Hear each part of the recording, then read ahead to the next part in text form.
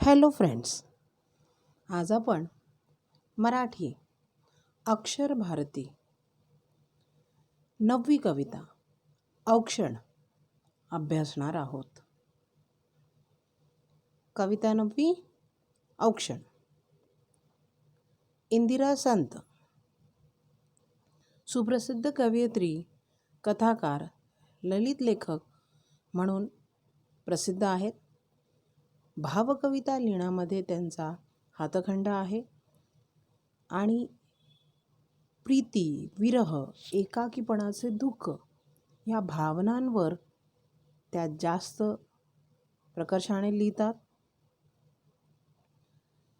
इंदिरा संत हे अतिशय महाराष्ट्राच्या जे पण ललित लेखन आहे, कथा लेखन आहे या त्यामध्ये गाजलेले आहे.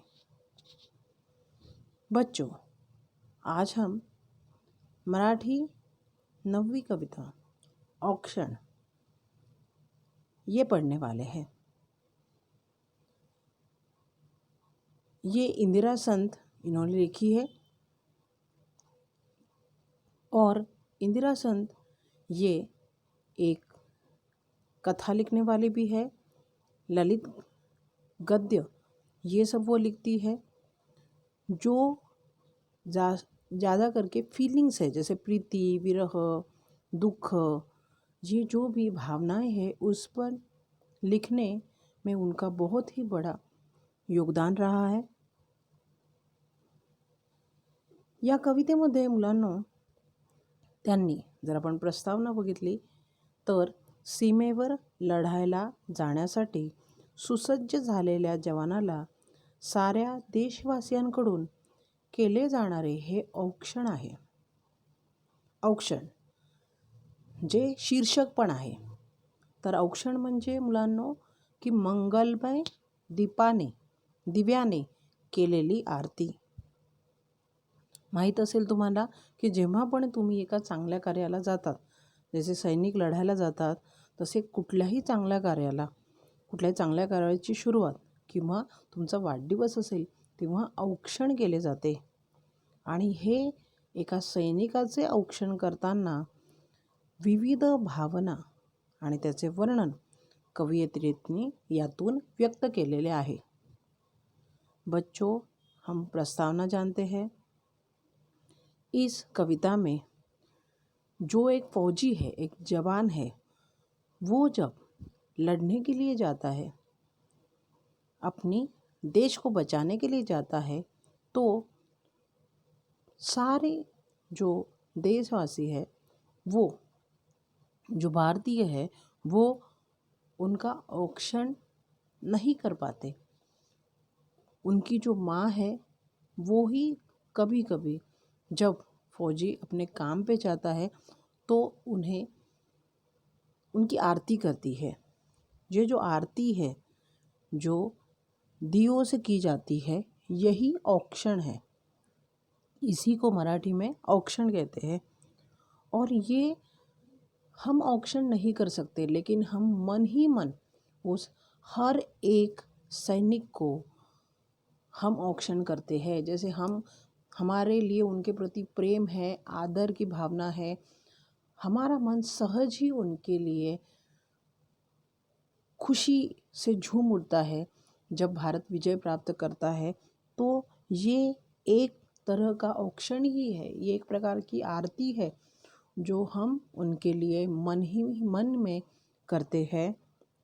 और यही सारी भावनाएं इस कविता में इंदिरा संत जी ने आपके सामने रखी है. तर मुलांनो, कवितेला सुरुवात करूया. नाही मुठीमध्ये द्रव्य, नाही शिरेमध्ये रक्त, काय करावे कळेना, नाही कष्टाचे सामर्थ्य. इथे कवयित्री असं सांगते की आम्ही देशवासी तुमच्यासमोर, सैनिकांसमोर गरीब आहोत. आमच्याकडे द्रव्य म्हणजे संपत्ती किंवा पैसा नाही आणि आमच्याकडे तुझ्या जसं शिरेमध्ये रक्त शिरा म्हणजे नसा. त्या नसांमध्ये तुझं जे सळसळणारं रक्त आहे, तसं रक्तही आमच्याकडे नाही. आम्ही अतिशय साधे आहोत. आम्हाला कळत नाही आम्ही काय करावं, की आम्हाला तुझ्याप्रती आदर वाटतो, शत्रूंशी लढायला जावेसे वाटते, तुम्ही जिंकायचं वाटतं, तुम्हाला मदत करावीशी वाटते, पण आमच्यामध्ये कष्टाचे सामर्थ्य नाही.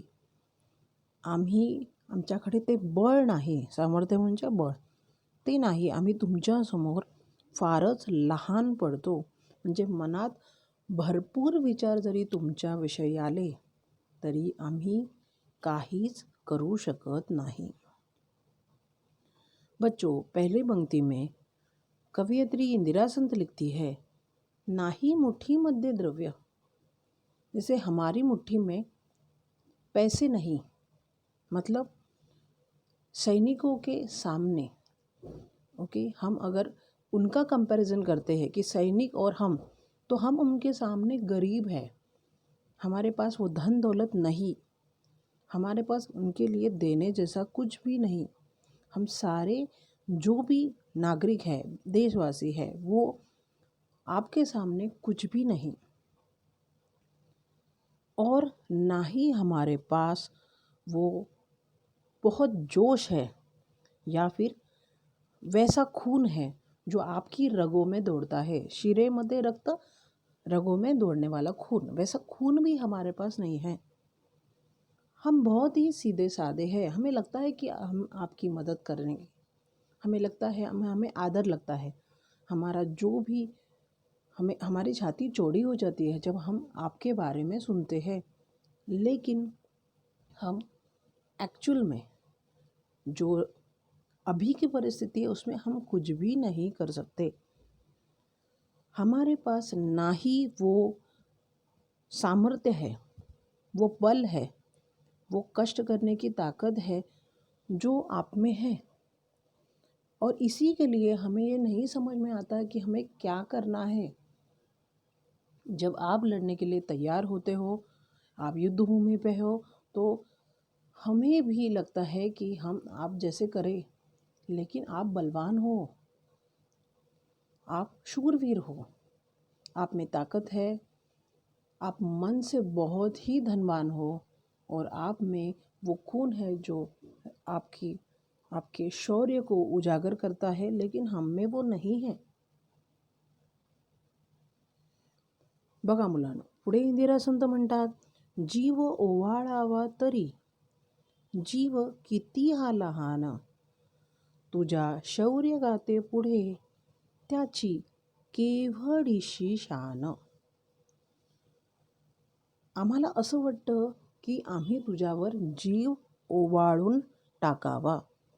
हा एक मराठी ज्याला आपण म्हणतो एक म्हण आहे, एक शब्दार्थ आहे, जीव ओवाळून टाकणे।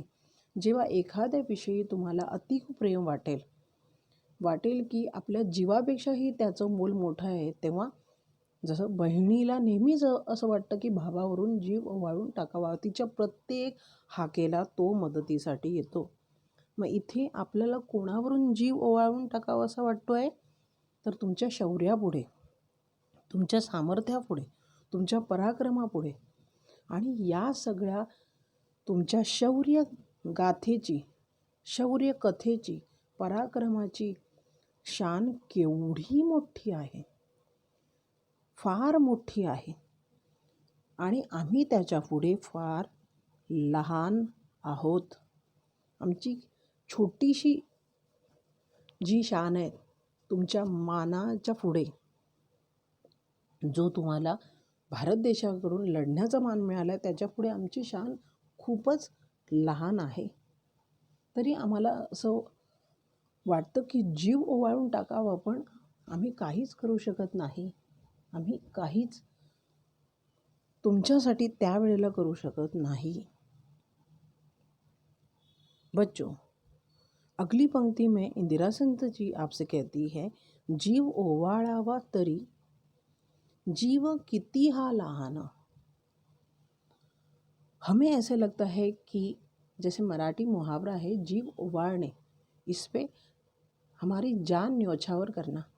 हमें ये भावना होती है कि हम हमारी जान आप पे न्यौछावर करें, लेकिन आपकी जो शक्ति है, जो शौर्य है, जो पराक्रम है, उसके सामने हमारी जान, हमारा जी, हम तुच्छ है। जीव हमारा बहुत ही लहान, छोटा है। आपकी जो शौर्य गाथा है, आपके जो भी पराक्रम है, आपकी जो भी सफलता है, असीम साहस है, उसके सामने हमारी जो शान है वो बहुत ही छोटी है। हम आपके सामने कुछ भी नहीं। पुढे बघा मुलांनो, वर घोंगावे बंबारा, पुढे कल्लोळ धुराचे, धड धड त्या तोफातून तुझे पाऊल जिद्दीचे। मुलांनो, इथे युद्धभूमीवर कसे सैनिक जात असताना जे संपूर्ण चित्रण तुमच्यासमोर ठेवलेले आहे की बंदुकीच्या गोळ्यांचा वर्षाव होत असतो, तोफ गोळ्यांचा भडीमार सुरू असतो, सर्वत्र रणधुमाळी असते आणि या पूर्ण प्रसंगामध्ये जे फार मोठे शौर्य आहे ते सैनिकांचे आहे की हा जो तोफगोळ्यांचा, बारूदाचा आवाज होत असतो, जो कल्लोळ होत असतो, जो बंबारा म्हणजे जे आवाजाचं फार मोठा आवाज होत असतो, अशा आवाजामध्ये जे धुराचे कल्लोळ उठत असतात, धडधडत्या तोफा असतात, यामध्ये तुझं पाऊल अतिशय जिद्दीचं असतं. तू नेहमीच सदैव सैनिका पुढेच जायचे, न मागुती तू कधी फिरायचे. म्हणजे पाठ ही शत्रूला दाखवायची नाही, या जिद्दीने तू पुढे जात असतोस. मनात जरी भीती असली तरी सुद्धा तुला ती दाखवता येत नाही, कारण तू एक सैनिक पुत्र, एक सैनिक आहे, भारत मातेचा एक पुत्र आहेस. त्यामुळे तू जिद्दीने पाऊल पुढेच टाकतो. आणि या जिद्दीला, या तुझ्या पराक्रमाला आमचा सलाम. बच्चों, तीसरी जो पंक्ति है उसमें कवयित्री कहती है कि जो युद्धभूमि है, गोलियों की आवाज़, जो भी तोहफे हैं उनकी आवाज़, हर तरफ शोर, आग की लपटें, बारूद, ये सब जो भी वहाँ का जो भी वातावरण है, उसमें उस आवाज़ के बीच में एक पराक्रमी जो भी पैर है, पाउल है, वो एक सैनिक का ही उठता है। वो उसकी ज़िद होती है कि वो हमेशा आगे ही बढ़ता है, डर को अपने मन में नहीं लाते हुए भारत माता की शान के लिए वो हमेशा आगे ही बढ़ता है। कभी भी हमारे जो भी शत्रु है उनको पीठ नहीं दिखानी है, वो सीख उन्हें मिलती है और वो हमारे लिए वहाँ लड़ने और मरने के लिए तैयार होता है। तो ये ज़िद का वर्णन करते हुए इंदिरा संत जी आपको बताती है कि आप मन में ये सोचो कि एक सैनिक आपके लिए क्या क्या करता है। वो मर मिटता है, वो जान तक देता है, उनके अपनों को वो उस वक्त अपनी आंखों के सामने नहीं लाता। उसके सामने तो बस होता है कि भारत माता कैसे विजयी हो, हम हमारे देश को कैसे विजयी करें। तो बच्चों, सैनिकों का ये पराक्रम आप ज़रूर अपने ध्यान में रखना. मुलांनो, पुढे कवयित्री म्हणते, तुझी विजयाची दौड डोळे भरून पहावे, डोळ्यातील आसवांची ज्योत ज्योत पाजळावी. जी तुझे विजयाची घोडदौड आहे. तू विजयी होताना एक एक शत्रूला मारतो आहेस, पुढे जातो आहेस. ते असं वाटतं की डोळे भरून पाहावे, मनसोक्त तुझ्याकडे बघावेसे वाटते. डोळे भरून तुझा पराक्रम बघावासा वाटतो आणि त्यासाठी ऊर भरून येतो. आणि या वेळेला हा पराक्रम बघताना डोळ्यातील आसव, अश्रू ही वाहायला सुरुवात होते. तुझा पराक्रम बघून आनंद अश्रू डोळ्यातून वाहू लागतात.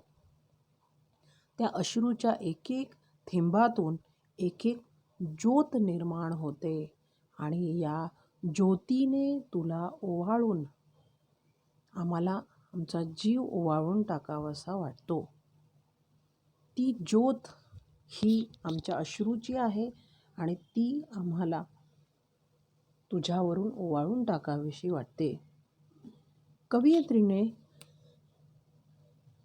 कृतज्ञतेची भावना इथे व्यक्त केलेली आहे आणि यामधून जसं औक्षण करताना निरांजन करण्यासाठी एक ज्योत किंवा वात असावी लागते, इकडे अश्रू हे जे आहेत ही आणि डोळे, त्या डोळ्यातून वाहणारे अश्रू हीच ती निरंजनाची वात आहे असे कवयित्री म्हणते. त्यामुळे या पराक्रमासाठी हीच एक ओवाळणी आम्ही करू शकतो.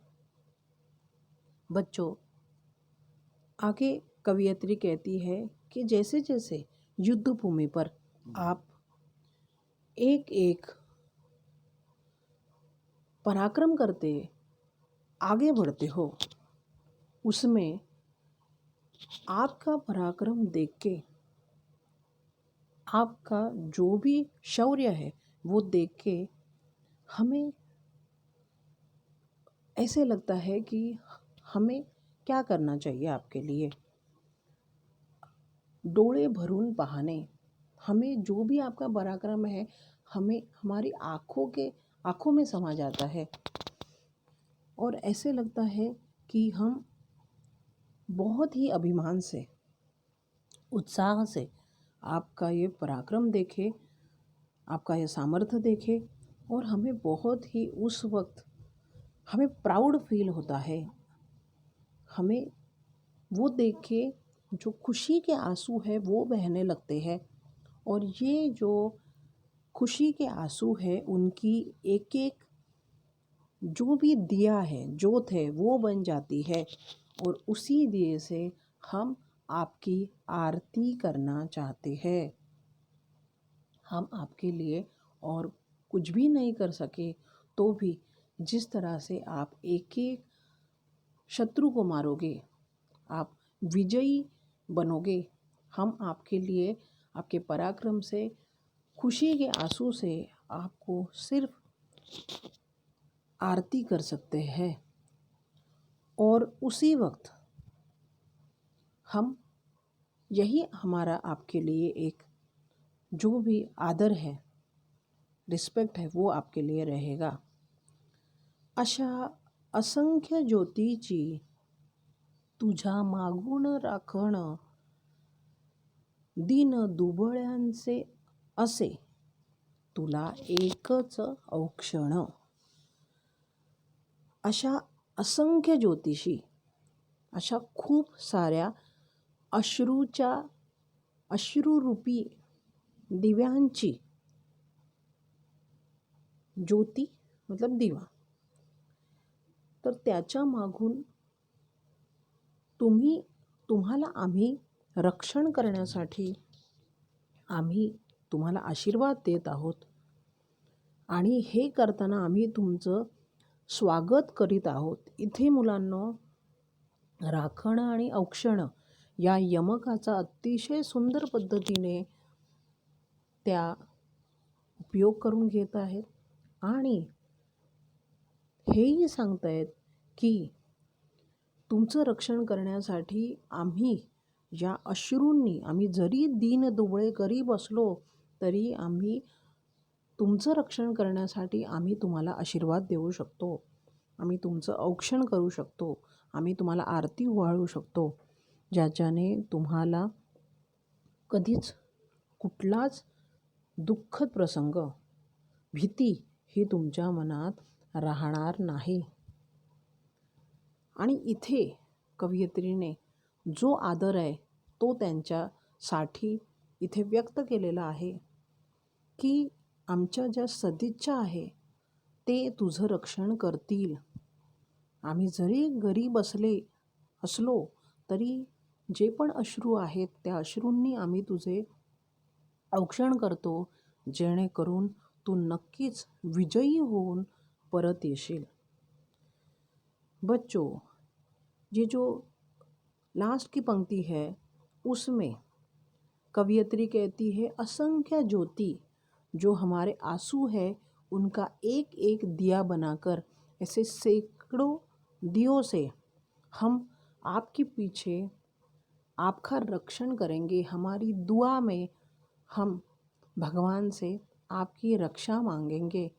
आप सामर्थ्यवान बनो, लड़ो और खुशी खुशी पूरा जो विजय है वो अपनी तरफ ले लो। आपकी जान पे कोई भी जो भी संकट है वो नहीं आना चाहिए।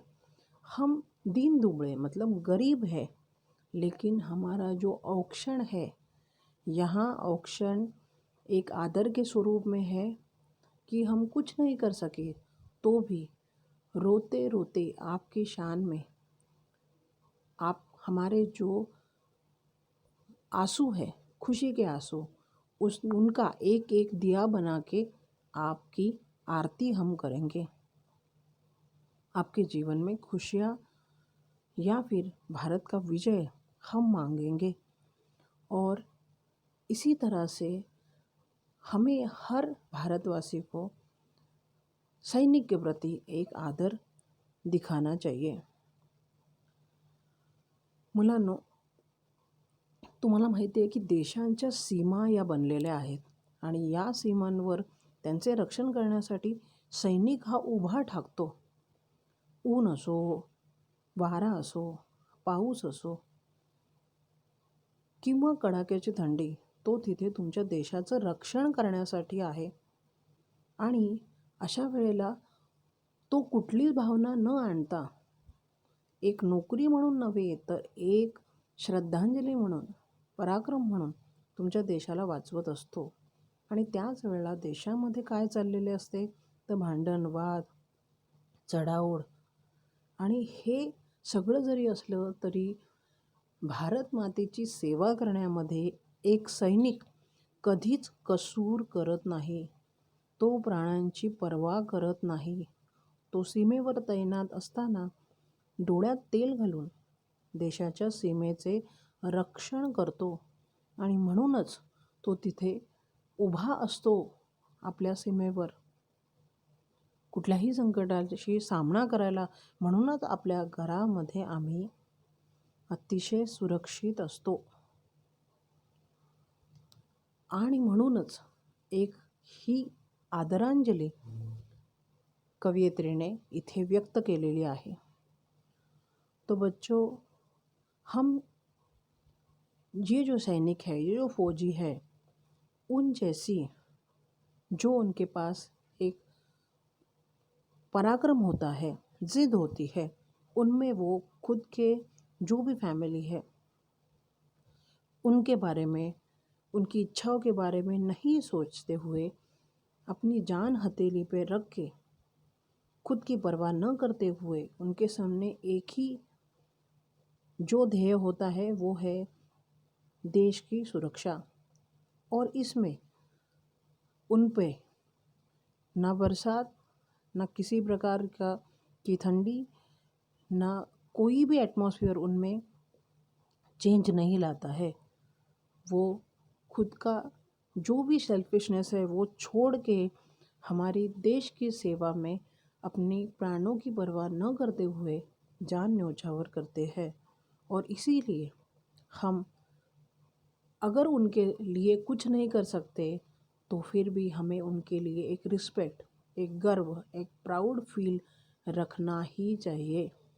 और इसी के लिए ये कविता आपके सामने रखी गई है, जिनमें आप जब भी सोचो तो सैनिक को एक प्यार भरा प्रणाम और उनके लिए दुआ ज़रूर मांगना, जिनमें उनकी जो भी सलामती है उसके लिए आप सोचोगे तो वो देश की सेवा ही सोची जाएगी. मुलांनो, औक्षण या कवितेमध्ये इंदिरा संतांनी जो विचार आपल्यामध्ये रुजवलेला आहे त्याच्यावर तुम्ही विचार करणं गरजेचं आहे. आणि यानंतर जेव्हा पण तुम्ही 15 ऑगस्ट 26 जानेवारी या अशा दिवशी जेव्हा पण सैनिकांना तुम्ही आठवण करता तेव्हा तुमच्यामध्ये तो आदर दिसला पाहिजे. हे औक्षण मनामनातून तुम्ही सैनिकांसाठी केलं पाहिजे. हीच त्यांच्यासाठी एक प्रकारची प्रार्थना असू शकते आणि हीच तुमच्यासाठी एक देशसेवा असू शकते. नमस्कार.